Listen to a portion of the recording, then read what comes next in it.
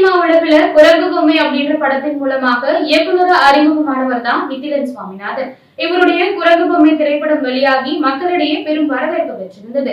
இந்த நிலையில 7 வருஷம் கழிச்சு இவருடைய இயக்கத்துல உருவான மகாராஜா திரைப்படம் கடந்த வாரம் வெளியானது. இந்த மகாராஜா திரைப்படத்துல மக்கள் செல்வன் விஜய் சேதுபதி கதாநாயகனாக நடிச்சிருக்காரு. விஜய் சேதுபதியுடைய 50வது திரைப்படம் அப்படின்ற மாபெரும் எதிர்பார்ப்போட வெளியிடப்பட்ட இந்த திரைப்படம் மாபெரும் ஹிட்டாக தான் அமைஞ்சிருக்கு. மக்கள் செல்வன் விஜய் சேதுபதியோட 50வது திரைப்படம் அப்படின்ற மாபெரும் எதிர்பார்ப்போடு வெளியிடப்பட்ட மகாராஜா திரைப்படம் மாபெரும் ஹிட் மூவியா தான் அமைஞ்சிருக்கு.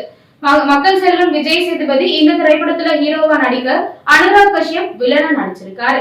சிங்கம் புலி, அபிராமி, நடராஜன், மம்தா மோகன்தாஸ் உள்ளிட்டோர் இந்த படத்துல முக்கிய கதாபாத்திரத்துல நடிச்சிருக்காங்க.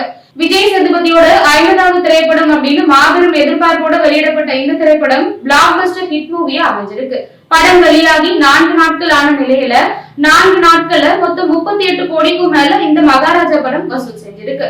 மேலும் இந்த வார இறுதிக்குள்ள 50 கோடிக்கும் மேல பாக்ஸ் ஆபீஸ்ல வசூல் செய்யும் அப்படின்னு எதிர்பார்க்கப்படுது.